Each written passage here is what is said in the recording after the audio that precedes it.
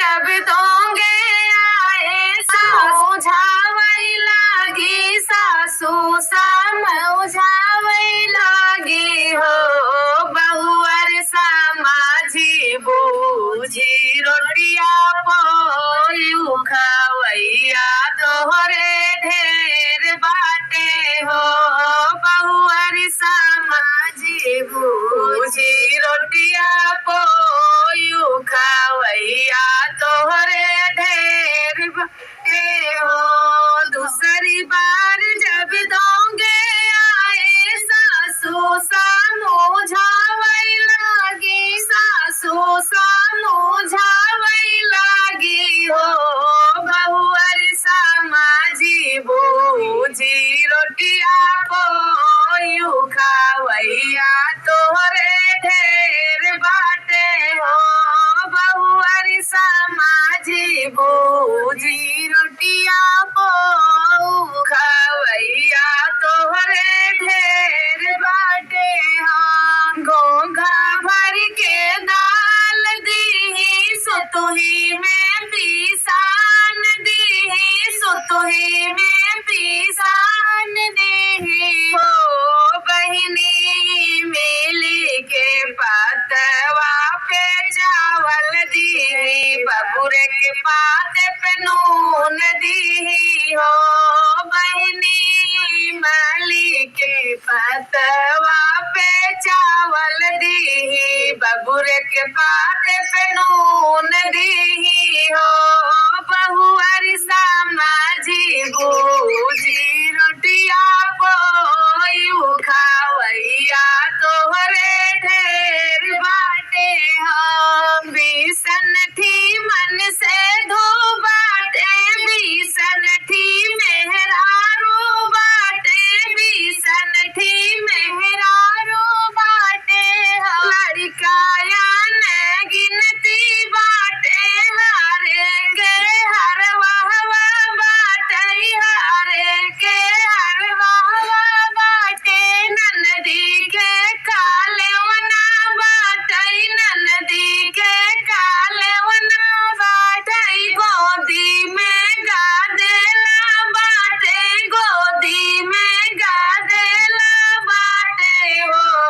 बहुअर समाजी बूझी रोटिया पोयू खवैया तोहरे ढेर बाटे हो बहुअर समाजी बूझी रोटिया पोयू खवैया तोहरे ढेर बाटे हो राम रसोइया बनैया ए टाटी बेवड़ा दैया ए टाटी बेवड़ा दैया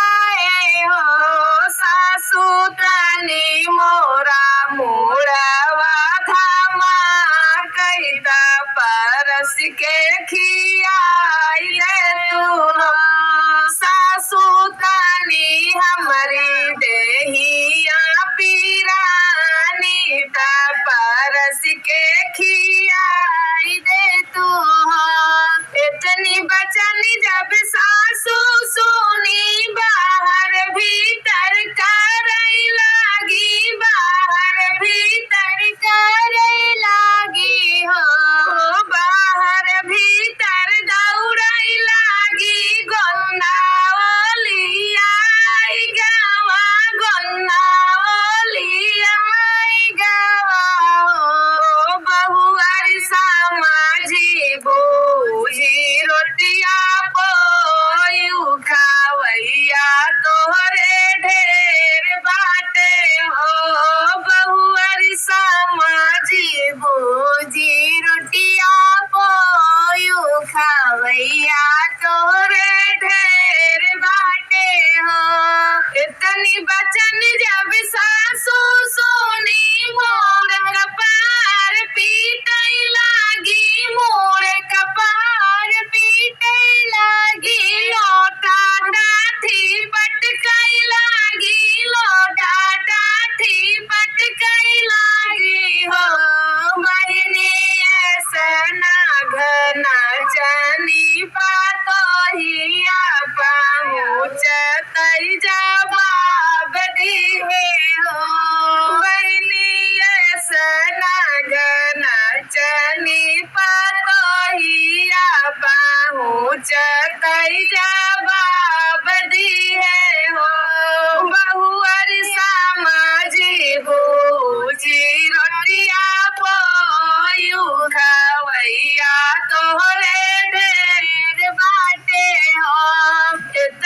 बचन जब बहुअर सोनिया चरया बन खोल दी पल्लू उड़ाई दी पल्लू उड़ाई दी हो सासू सुनीले तू हमारा हवालिया त हम का बतावऊ हो सासू सुनीले तू नैहर कई हवालिया दया बने कायदा मेरा ठेकेदार के बिटिया ही दरोगा कई बहिनिया ही दरोगा कई बहिनिया ठेकेदार कई बिटिया ही दरोगा कई बहिनिया ही हो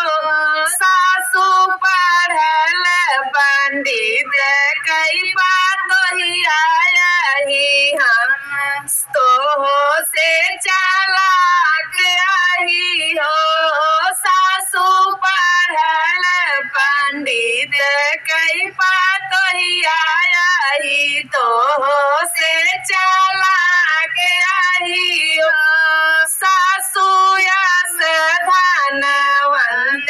कई बात ही आया ही तो हो से चालाक आही हो सासू अब अपन अकील लगाऊ तू त परस के खियाई देनु हो सासू अब अपन बुधिया लगाऊ तू त परस के खियाई देनु हो सासू परस के खियाई देनु हो सासू अब काहे बाहर भीतर नाचै लागू मोर कपार पीटै लागू लोटा बर्तन फोड़ै लागू सासू अब अपन अकील लगावत बनै के खियाई देत परस के खियाई दा काले होना बिटिया के ढाकी दे तू न